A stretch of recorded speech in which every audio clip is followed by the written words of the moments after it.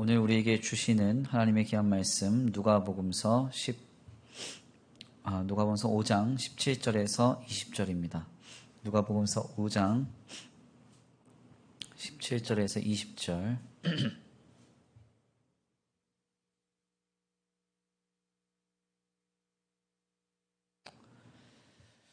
누가복음서 5장 17절에서 20절입니다. 함께 다 같이 봉독해 올려드립니다. 시작. 하루는 가르치실 때에 갈릴리의 각 마을과 유대와 예루살렘에서 온 바리새인과 율법 교사들이 앉았는데 병을 고치는 주의 능력이 예수와 함께 하더라. 한 중풍병자를 사람들이 침상에 메고 와서 예수 앞에 드리고자 하였으나 무리 때문에 메고 들어갈 길을 얻지 못한지라 지붕에 올라가 기와를 벗기고 병자를 침상째 무리 가운데로 예수 앞에 달아내리니 예수께서 그들의 믿음을 보시고 이르시되 이 사람아 내 죄사함을 받았느니라 하시니. 아멘. 할렐루야. 네, 할렐루야. 네, 오늘도 하나님의 예비하신 귀한 은혜가 있는 줄 믿습니다.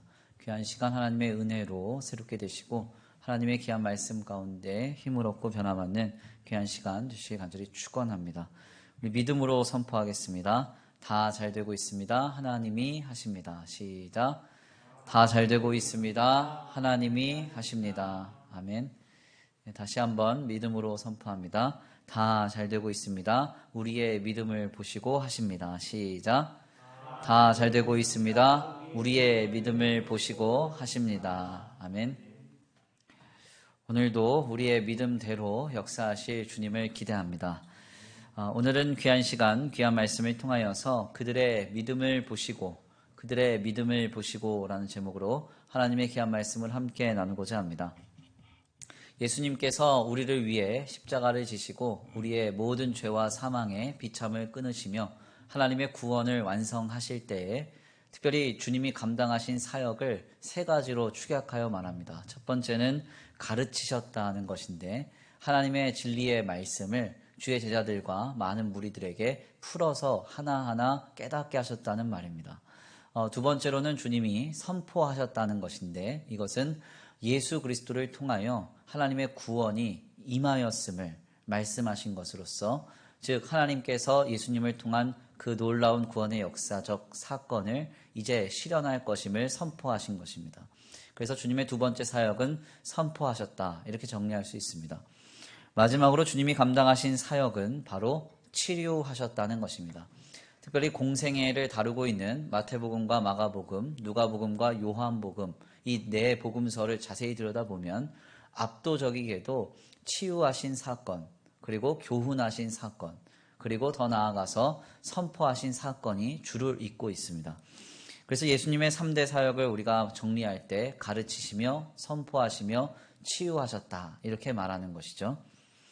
특별히 예수님께서 공생애를 감당하시면서 베푸셨던 치유의 역사적 현장을 잘 들여다보면 그 특징이 우리에게 잘 전해집니다. 그 특징은 무엇인가 하냐면 바로 주님이 그냥 지나가다가 치유하고 싶은 사람들 마구잡이로 치유하신 것이 아니라 항상 한 가지 단계와 과정을 통과하셔서 치유를 하셨는데 그 과정과 그 단계는 바로 그 치유받는 자의 믿음, 그 대상에 대한 믿음을 어디선가 확인하시고 그 믿음을 보시고 항상 치유하셨다는 것입니다. 사실 이것은 예수님께서 궁극적으로 더 나아가 감히 감당할 수 없는 기적의 치유의 현장인 죽음에서 생명으로 옮기시는 죽은 자를 살리시는 사건과는 조금 그 결이 좀 다릅니다. 공생의 현장을 보면 예수님이 죽은 자를 살리시는 사건이 크게 3번 등장합니다. 첫 번째는 회당장의 딸, 야이로의 딸로 기록되기도 하는 이 딸을 살리신 사건입니다. 아마 이 딸을 살리신 사건은 달리다굼, 소녀야 일어나라 하는 이 말로써 많은 신자들에게 기억되는 사건인데요. 회당장 야이로의 딸을 주님이 살려주실 때 특별히 어떤 누군가의 믿음을 보고 이 회당장의 딸을 살려주셨느냐? 그건 아닙니다. 회당장의 딸을 고치려고 그 집에 당도하였을 때 그 집안의 많은 사람들은 이미 소녀가 죽었다고 하여서 많이 예수님이 하려고 하는 그 사역에 대해서 비웃었습니다. 그런데 예수님은 그 비웃음에도 아랑곳하지 아니하시고 들어가서 달리다굼 소녀야 일어나라 말씀하셨죠. 그래서 이렇게 주님은 누군가의 믿음을 보시지도 않고 죽은 자를 살리셨습니다. 뿐만 아니라 나인이라고 하는 성을 지나가실 때 그 나인 성에 과부의 아들 장례 행렬이 지나가는데요. 그 지나가는 현장에서도 역시 주님이 누군가의 믿음을 보고 나인성 과부의 아들을 살리셨느냐? 그건 아닙니다. 생전 보지도 못하고 생전 알지도 못한 나인성 과부의 아들 장례 행렬이 지나갈 때 그 과부가 너무 슬퍼하니까 주님이 불쌍히 여기시고 그 관에 손을 대셔서 그 아들을 일으켜 세우셨다고 성경이 말합니다. 더 나아가 죽은 나사로를 살리시는 현장에서도 역시 마찬가지입니다. 죽은 나사로는 예수님과 아주 돈독한 관계였습니다. 주님은 베단이라는 지역에 가실 때마다 항상 이 나사로의 집에 유하셨습니다. 그런데 예수님이 나사로가 아프다는 소식을 듣고도 이틀이나 지체하신 뒤에 그 베다니의 집에 당도함으로 나사로가 이미 죽어버린 것입니다.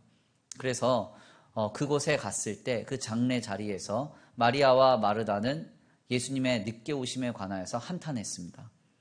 그리고 마르다는 늦게 오신 주님에 대해서 원망하고 슬퍼하기도 했습니다. 그때 주님은 이러한 그들의 상태와 관계없이 죽은 나사로에게 나사로야 일어나라 살아나라 해서 그를 일으켜 세우시고 그가 썩은 냄새가 진동하던 그 죽음의 자리에서 배를 동인 채로 나오게 되는 역사가 우리에게 전해지는 것입니다.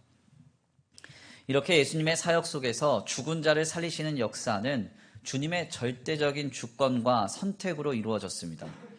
이것은 무엇을 의미하는가 하냐면 오늘 우리에게 허락된 구원의 역사의 그 내용을 분명하게 전하는 것입니다. 죽음에서 생명으로 바꾸심, 즉 하나님 안에서 허락된 구원이라는 것은 하나님의 절대적인 주권과 선택이라는 것을 의미합니다. 우리가 어떤 믿음을 보여서 구원을 받는다는 것이거나 더 나아가서 어떤 공로와 신앙의 치적을 쌓아야 우리가 구원을 받는 것이 아니라 하나님이 선택하시면 하나님의 백성들은 반드시 구원을 받는다는 것이죠. 아멘입니까? 그래서 하나님께서는 자신의 택하신 백성을 끝까지 놓지 아니하시고 결단코 주님께서 어떤 순간이라도 간절히 그를 붙드셔서 일으켜 세우사 살리실 것이라고 하나님의 구원으로 인도하실 것이라고 주님 말씀하고 계신 것입니다. 특별히 목회를 하다 보면 장례를 많이 치릅니다. 장례를 치를 때마다 한 가지 분명하게 확인이 되는 것은 구원은 하나님의 손에 달려있다는 거예요. 아멘입니까? 아직도 기억에 남는 게 2013년 12월 장례였습니다. 저희 교회를 담당하고 계셨던 함께 동역했던 우리 전도사님의 장인어른 장례였는데요. 이 장인어른이 돌아가셨는데 제가 하필이면 그때 금요 철야 기도회 마치고 직후에 이 장인어른이 돌아가셨습니다. 근데 그때 이제 금요 철야 기도회 때 제가 설교 주제를 뭘로 했냐면 가족 구원에 대해서 설교했어요. 아주 강력하게. 그래서 멀리서부터 구원받을 대상을 찾으려고 하지 말고 가족들 구원이 안 됐으면 가족들부터 챙겨라. 이렇게 하면서 아주 강하게 했습니다. 그때는 지금보다 나이가 더 젊었기 때문에 혈기가 좀 더 있었어요. 좀 날카롭게 설교를 했는데 그때는 이제 금요 기도회도 늦게 끝났습니다. 늦게 시작해서 막 12시까지 기도하고 막 이랬어요. 워낙 이제 교회도 이렇게 좀 어려운 시절이다 보니까 기도밖에 없었습니다. 그래서 기도를 정말 많이 했는데 12시 딱 끝나고 이 전도사님이 집으로 돌아가는 길에 장인어른이 위독하시다는 소식을 듣고 간 거예요. 장인어른 댁에. 갔더니 가까운 데 살고 계셨는데 이제 저혈당 쇼크가 와서 초콜릿을 잡수셨는데 이 초콜릿이 목에 걸린 겁니다. 그래가지고 이제 숨을 못 쉬시니까 난리가 난 거죠. 그 현장에서 이 전도사님이 심폐소생술을 하면서 주님 한 번만 잠깐 살려주시면 5분만 정신을 차리게 해주시면 내가 복음 전하고 예수님 영접하게 하겠다고 했는데 결국 복음 증거하지 못하고 그 자리에서 세상을 떠났습니다. 그런데 이제 제가 몇 해 전에 장례를 치를 때 한 가지 좀 우리 성도님 가정에서 좀 특별한 일이 일어났습니다. 평생을 예수님 믿지 않고 평생을 주님 부인하다가 돌아가시기 딱 이틀 전에 목사님한테 기도받고 싶다는 그런 연락이 왔어요. 저희 교회 한 번도 다니신 적이 없고 우리 권사님 지인인데 권사님 지인이 부탁이 왔습니다. 그래서 가서 기도를 했어요. 기도를 하고 같이 찬양도 부르고 아멘 아멘 하세요. 온몸은 다 삐짝 말라서 이제는 뼈밖에 남지 않으셨는데 입만 움직이세요. 눈도 뜨지 못하고. 그런데 제 기도를 받으시고 예수님 영접하고 돌아가셨습니다. 그 가족이 이제 교회로 오게 하는 그 길을 열어주시고 그분이 이제 소천하셨어요. 장례를 치르면서 분명히 확인할 수 있는 건 뭐냐면 구원은 우리의 소관이 아니라는 겁니다. 하나님의 전적인 선택, 전적인 주권이죠. 하나님이 구원하실 자는 어떻게든 구원하신다는 사실을 너무나도 많이 목도합니다. 네. 그러다 보니까 분명하게 확인되는 건 한 가지죠. 죽음의 순간에 생명으로 건져주시는 분은 우리 하나님이시다. 내 믿음 보고 내 신앙의 공로 보고 얼마나 많은 이 신앙의 치적을 쌓았는가를 보고 날 건져주신 게 아니라 하나님의 자녀면 너 내 아들이냐? 너 내 딸이냐? 그럼 내가 너를 건지리라. 주님이 예수 그리스도를 통하여서 십자가를 감당하시고 자신의 생명 내어주셨듯이 내게 단번에 내달아오셔서 나를 구원하실 것이라는 사실을 분명하게 깨닫게 되는 것입니다. 그런데 중요한 점은요. 이것과는 별개로 사망에서 생명으로 옮겨짐, 죽음에서 생명으로 바꿔지는 이 구원의 역사와는 별개로 이 땅에서의 삶을 살아가는 현장 속에 기적과 같은 치유와 기적과 같은 회복의 역사를 우리가 허락받는 장면을 보면 복음서의 내용에서 그 내용은 조금 다르게 결이 다른 모습으로 우리에게 전해집니다. 주님은 특별히 누군가를 치유하시거나 누군가를 회복시키시는 그 과정 속에서 한 가지를 늘 확인하셨습니다. 그게 뭔가 하냐면 바로 믿음입니다. 믿음. 주님이 길거리를 지나가실 때, 예수님이 길거리를 지나가고 계실 때 디메오라고 하는 사람의 아들 바디메오가 소리를 지릅니다. 특별히 이 바디메오는 소경이었습니다. 볼 수 없는 사람이었습니다. 큰 소리를 질렀어요. 다윗의 자손 예수여 나를 불쌍히 여기소서. 소리를 막 질렀습니다. 주변 사람들이 그를 말렸습니다. 그를 책망하기도 했습니다. 그렇지만 바디메오는 그치지 않고 예수님을 찾았습니다. 그를 말리고 질책한 사람들은요, 바디메오에게 있어서는 굉장히 중요한 사람이었어요. 왜 그런가? 바디메오는 평생 눈이 멀어서 동정과 적선을 받으면서 살아야 하는 사람이었는데 동정과 적선을 베풀어줄 그 주변의 사람들이 그에게 예수님 부르지 마라. 너 시끄럽다. 그를 책망하고 질책한 것입니다. 그러니까 그를 평생 동정해주고 평생 적선하면서 살아갈 형편을 공급해줄 그 사람들의 질책과 책망을 견디면서 예수님을 찾아야 했던 것입니다. 중요한 점은 바디메오는 바로 그 사람들을 소망 삼지 않고 다윗의 자손 예수님을 소망 삼았습니다. 예수님을 그래서 너무나 애절하게 불렀습니다. 찾았습니다.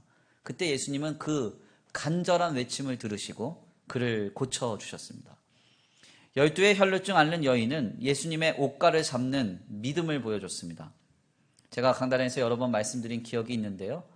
이 혈루증, 그러니까 이 소위 월경을 하는 상태의 여인은 레위 율법적으로 봤을 때 부정한 상태입니다. 이 부정한 여인이 피를 지닌 채로 많은 무리를 해쳤다는 것은 주변에 있는 많은 사람들을 또한 그가 부정케 여겼다는 것을 의미합니다.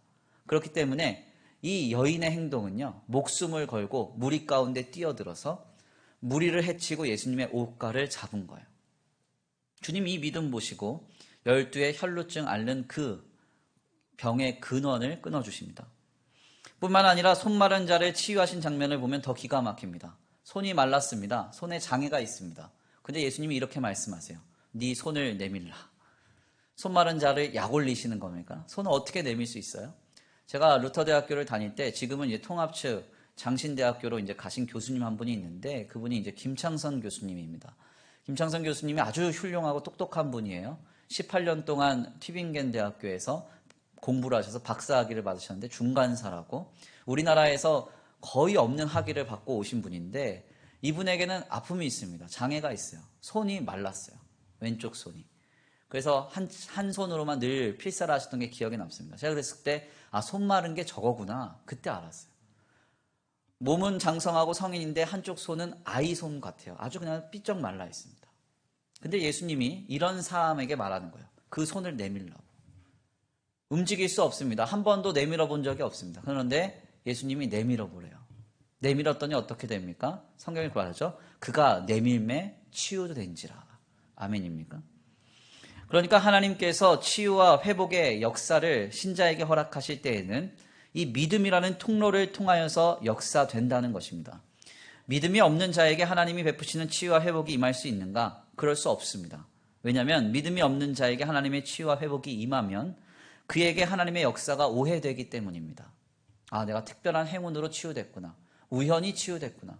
믿음이 없이 치유를 받으면 치유하신 하나님을 고백할 수 없기 때문에, 그분께 온전히 영광 올려드릴 수 없기 때문에 하나님은 믿음이라는 단계를 반드시 확인하신다는 것입니다. 결국 주님은 믿음을 통하여서 역사하실 수밖에 없습니다. 그런데 여기서 한 가지 더 중요한 점은 우리의 믿음이 우리뿐 아니라 타자들과 우리의 삶의 자리 또한 회복시키고 치유시킬 수 있다는 점입니다. 그러니까 믿음을 통한 하나님의 치유와 회복의 역사는 오늘 우리만의 회복과 오늘 우리만의 치유로 그치지 않습니다. 우리가 믿을 때 이는 축복의 통로가 되어서 우리의 삶의 자리와 타자들에게 전이 된다는 겁니다. 우리는 오늘 본문 말씀을 통해서 그것을 분명하게 확인할 수 있습니다. 오늘 본문 말씀에 보세요. 뭐라고 나옵니까? 친구들이 있었습니다. 병자가 누워 있었습니다. 너무 고통 가운데 그가 누워서 그냥 예수님의 치유를 바랄 수밖에 없었는데, 이 치유를 받지 못하고 누워만 있는 이 병자를 친구들이 들어가지고 지붕에 올려서 지붕을 뜯어내고 예수님 앞으로 달아내립니다. 그때 예수님이 이 사람을 보고 뭐라고 얘기하냐면, 그들의 믿음을 보시고 주님이 이 사람아 내가 죄사함을 받았느니라 이렇게 말했습니다. 여기서 중요한 표현은 그들의 믿음이라는 표현입니다. 주님은 병상에 누워서 달아내림을 받는 그 환자의 믿음을 보시고 치유를 허락하신 것이 아니라 누구의 믿음을 보셨다 그래요? 그들의 믿음. 즉 친구들이 예수님 앞으로 달아내리는 그 헌신과 그 수고를 감내하기까지, 지금 주님을 놓치면 치유받을 수 없다라고 하는 그 친구들의 믿음을 보시고 이 환자를 치유하셨다는 것입니다. 이것은 예수님의 공생의 치유 사건에서 종종 분명하게 확인됩니다. 자식이 귀신 들린 아비가 있었습니다. 얼마나 그 아버지의 마음이 속이 탔겠습니까? 참 부모는 자녀가 아플 때 보면 그렇잖아요. 내가 아픈 게 낫잖아요. 네, 우리 청년들은 잘 모르겠지만 부모님들은 그래요. 그러니까 아이가 아프면 차라리 내가 아프면 좋겠다 그렇죠. 그러니까 아이가 너무 귀신 들려서 막 불에 내던짐도 당하고 물에 내던짐도 당하고 그러니까 이 아버지의 속이 아닌 거죠. 특별히 오늘날에도 정신적인 문제를 가지고 있는 그 자녀를 키우는 가정의 이야기를 들어보면요, 그 자녀가 완전 블랙홀이에요. 블랙홀. 모든 걸 다 빨아당겨요. 물질이면 물질, 감정이면 감정, 모든 걸 다 빨아당기니까 특별히 이 심각한 우울증이나 심각한 조현병 같은 경우는 뭐라고 얘기하냐면, 아무리 믿는 가정에서도 부모님들이 뭐라고 얘기하냐면 지옥 같다고 그래요. 지옥이 따로 없다고. 그 정도로 고통스러운 거예요. 자식이 그런데 귀신이 들렸답니다. 그런데 이 아버지가 예수님 앞에 뭐라고 얘기하냐면 이렇게 얘기해요. 할 수만 있으면 내 자녀를 고쳐주십시오. 그때 우리 예수님이 뭐라고 말씀하시는 줄 아세요? 아주 기가 막힌 표현입니다. 할 수 있거든이 무슨 말이냐. 믿는 자에게 능치 못함이 없느니라. 이 말을 듣고 깜짝 놀란 그 아버지는 이렇게 고백합니다. 내 믿음 없음을 용서해 주옵소서. 내가 믿나이다. 나를 도와주옵소서. 이 고백을 듣고 나서야 주님은 이 아이를 고치세요. 그러니까 아버지의 믿음이 아들을 고친 것입니다. 오늘 본문 말씀에 더욱 선명하게 표현되는 그 내용을 우리 다시 한번 들여다보겠습니다. 병이 들어서 병상에 누워 있을 수밖에 없었던 한 사람이 있었어요. 그 사람에게는 친한 친구들이 있었습니다. 이 친구들이 예수님에 관한 이야기를 듣고 예수님이 많은 사람들에게 강론하며 치유하실 때 그 예수님 앞으로 이 친구를 데리고 갈 수가 없으니까 얼마나 어려웠겠어요. 병상채 들고 지붕으로 올라가서 기와를 다 뜯어내고 지붕 다 뜯어내고 그 친구를 침상을 새로 달아내리는 겁니다. 이게 오늘날에도 쉬운 일이 아니에요. 그렇죠? 제가 여기서 설교하고 있는데 갑자기 지붕이 뜯어지더니 위에서 침상이 막 상상이 잘 안 되시는 상상이 이게 내려오는 거죠. 얼마나 이게 그겁니까? 그러니까 이 친한 친구들은 정말 마음이 막 정말 다급하고 긴급했던 거예요. 그래서 이거 뜯으면 보상 문제를 어떻게 해야 되느냐, 사람들이 뭐라고 할까, 예수님 뭐라고 할까 생각이 안 나는 거죠. 지금 이 순간 예수님이 내 친한 친구 손대면 낫는데, 말씀하시면 내 친구 낫는데, 이 믿음 하나 가지고 그냥 막 뜯어내고 빨리빨리 내리는 거죠. 그런데 주님 뭐라고 말씀하세요? 20절입니다. 우리 다시 한번 읽어볼까요? 20절 함께 봉독합니다. 시작. 이 사람아 내 죄사함을 받았느니라 하시니. 아멘. 뭐라고 말해요? 예수께서 그들의 믿음을 보시고 분명히 복수입니다. 원어적으로도 복수예요. 그들의 믿음을 보시고 이 사람아 그랬어요. 그들과 이 사람은 다른 사람이라는 거예요. 예수님 당시는 고대 사회이기 때문에 병이 들면 이것을 죄 때문에라고 인식하는 경향이 짙었습니다. 그래서 예수님은 병 고침에 대해서 특별히 죄사함으로 선언하시곤 했는데, 쉽게 말하자면 예수님은 친구들의 믿음을 보고 병자를 향한 치유 선언을 하신 것입니다.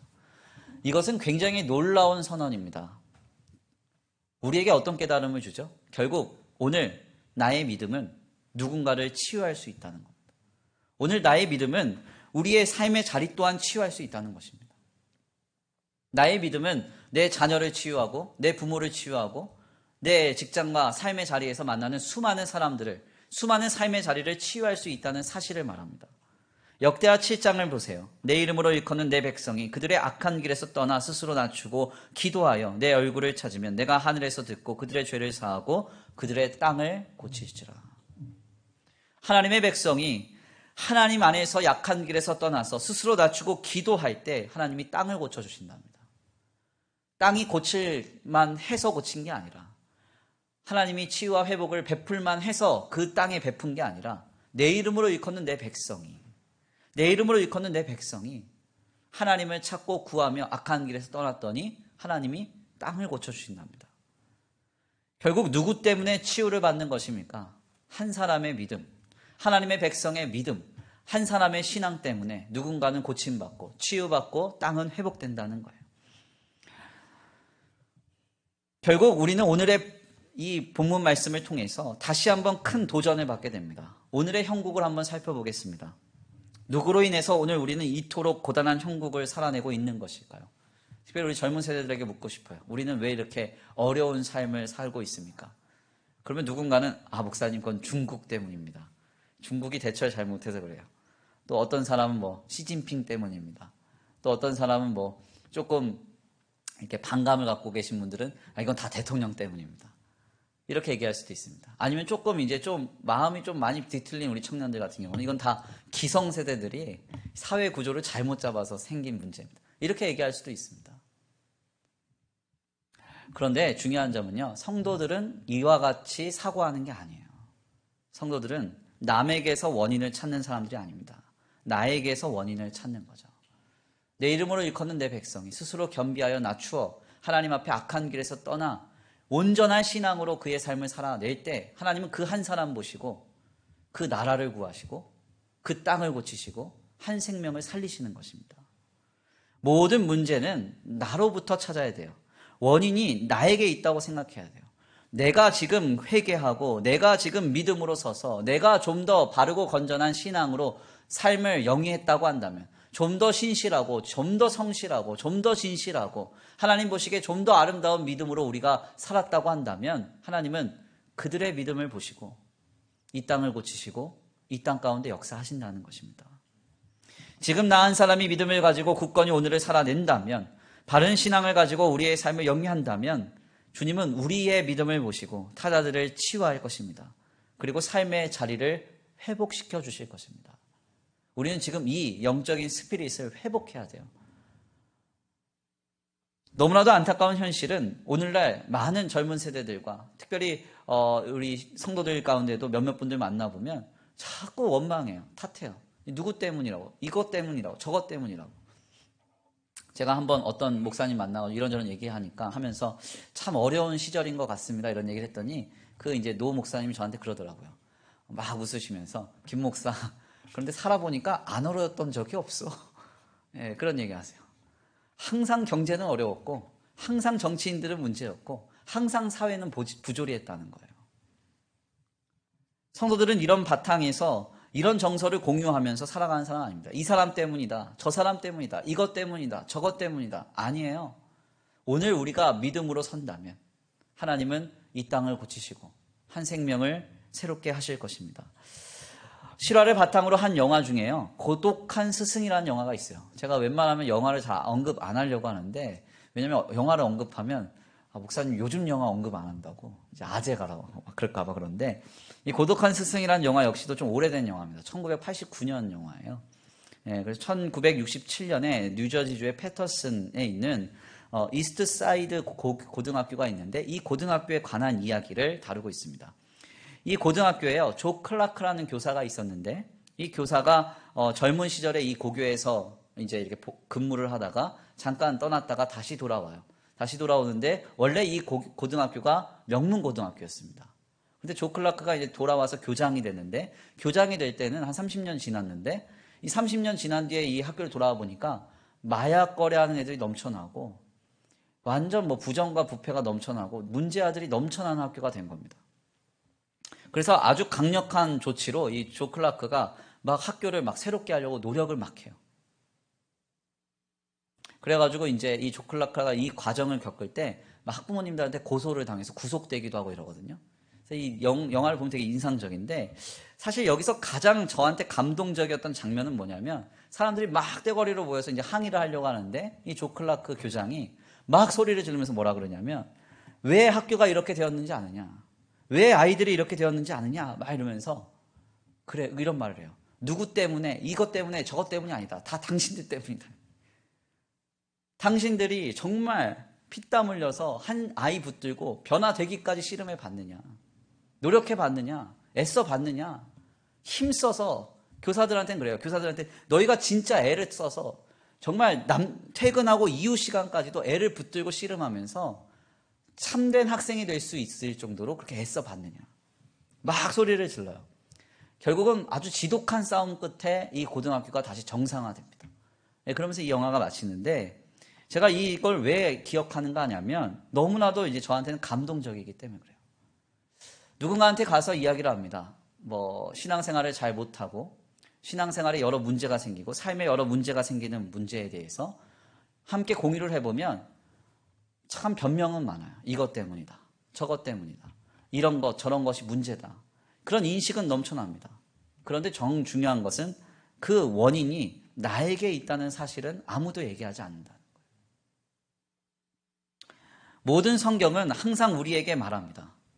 하나님의 백성들이 믿음으로 설 때 주님은 그 믿음을 보시고 역사하실 거라고 약속하고 계세요. 아멘입니까? 우리가 지금 이렇게 어렵고 고단한 세월을 보내는 이유를 다른 데서 찾지 않기를 원합니다. 주님은 우리의 믿음을 통하여 일하실 것입니다. 우리의 믿음을 보시고 주님은 타자들을 치유하시고, 우리의 믿음을 보시고 주님은 이 땅을 고쳐주실 것입니다. 주님 앞에 침상을 달아내린 그 친구들의 믿음을 보시고 누워있던 친구는 치유를 받았습니다.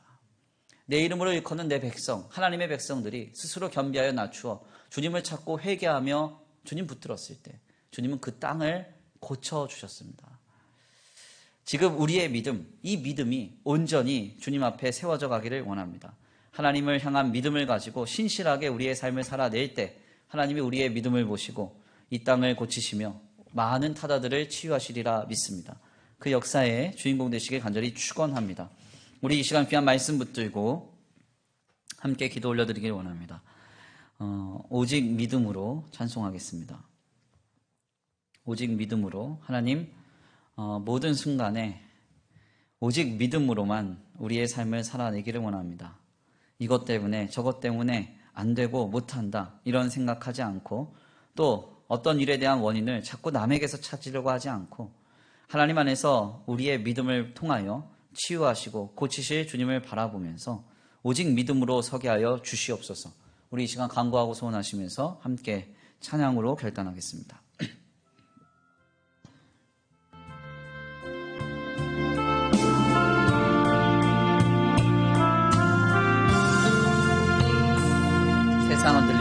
세상은 들리고 사람들은 변하여도 나는 주를 섬기리.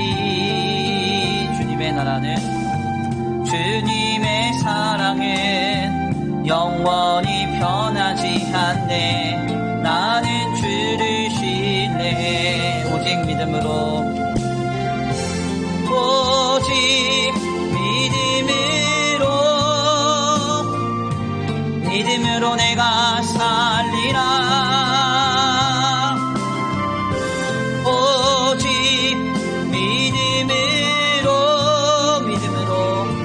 믿음으로 내가 살리라. 믿음 흔들리고 사람들 주를 떠나도 나는 주를 섬기리. 주님의 나라는 영원히 쇠하지 않네. 나는 주를 신뢰해. 오직 믿음으로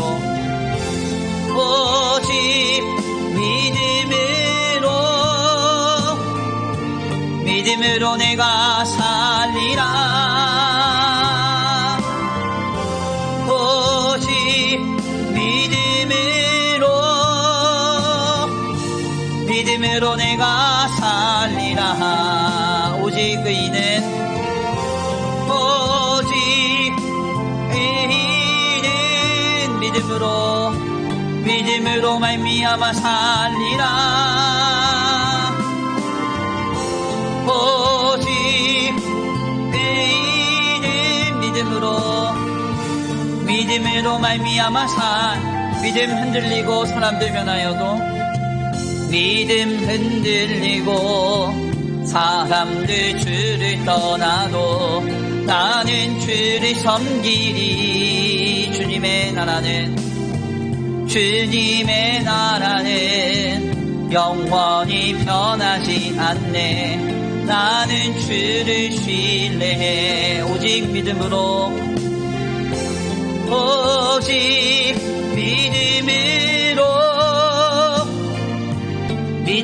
내가 살리라. 오직 믿음으로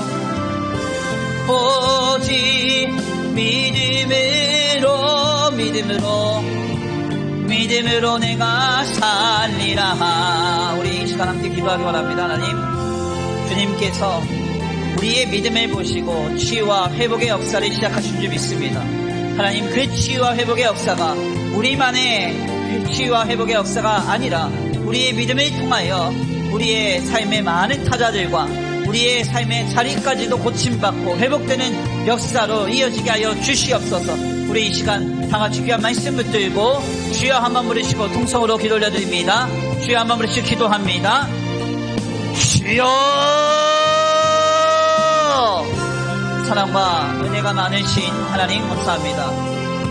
오늘 귀한 시간 귀한 자리로 주님 앞에 나와 주의 귀한 말씀 선곡해 하시니 감사합니다. 하나님 그렇습니다. 하나님, 우리의 마음과 우리의 생각과 우리의 중심이 온전히 하나님께 향하여지기를 원합니다.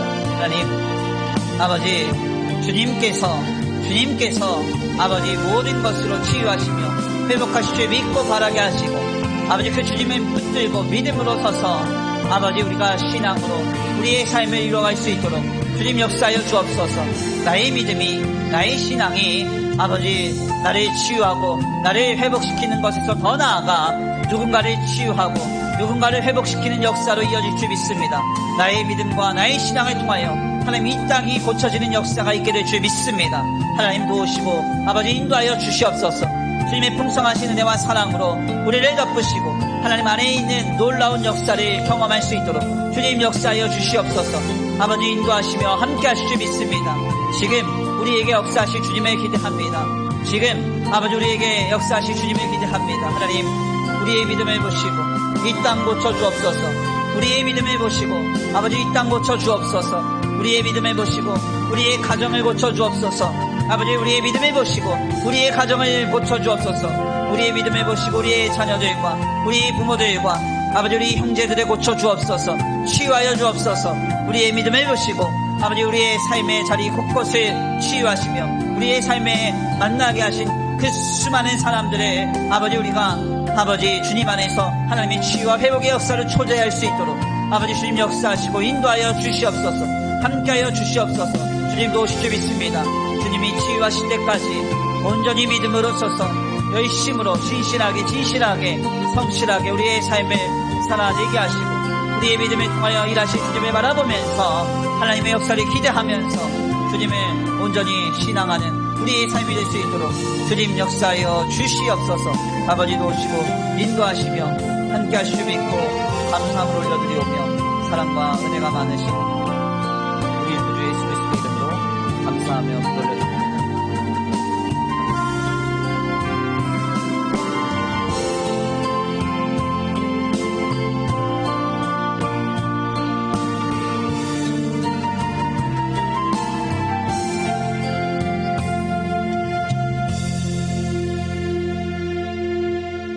사랑과 은혜가 많으신 하나님 감사합니다. 오늘 귀한 자리로 인도하여 주셔서 주님의 귀한 말씀 가운데 하나님 앞에 다시 한번 신앙을 결단케 하시니 감사합니다.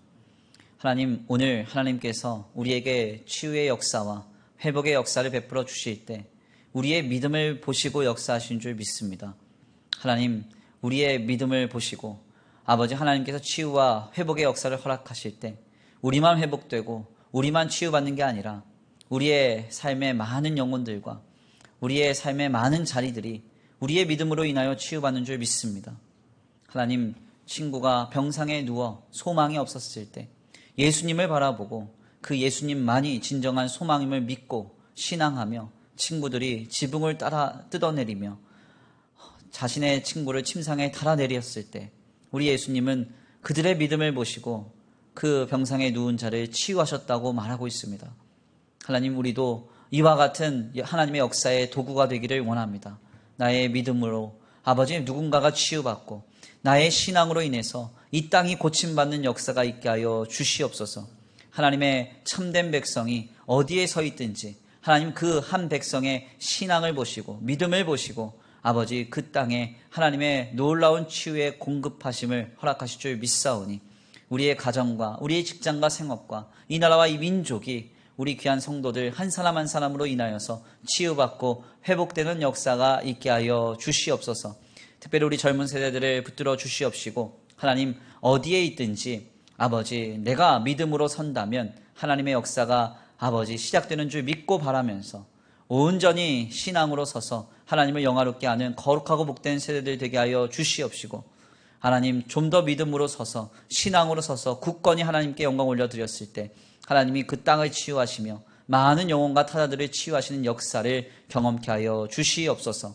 아버지 도우시고 인도하시며 함께 하실 줄 믿습니다. 오늘도 귀한 예배 가운데 나와 하나님 앞에 영광 올려드리고 돌아가는 발걸음 안전히 거하게 하여 주시옵시고 주님의 풍성하신 은혜와 사랑으로 아버지 돌보아 주시옵시되 하나님께서 인도하시고 역사하여 주셔서 한 주간의 삶의 현장 속에서도 영과 육과 혼에 조그만한 악한 것도 틈타지 아니하고 모든 질병에서 보호받으며 하나님께 인도받는 거룩하고 복된 귀한 삶이 되게 하여 주시옵소서.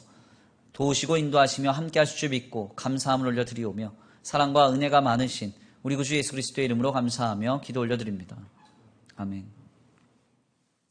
이제는 우리 주 예수 그리스도의 은혜와 성부 하나님의 극진하신 사랑하심과 성령 하나님의 내주 교통하심이 오늘 귀한 예배 가운데 나와 믿음으로 주님을 바라보며 신실한 신앙의 삶을 영위할 때 우리로 인하여 치유와 회복의 역사를 시작하실 주님을 믿고 바라는 모든 성도들 머리 위에 이제로부터 영원토록 함께 있을지어다. 아멘.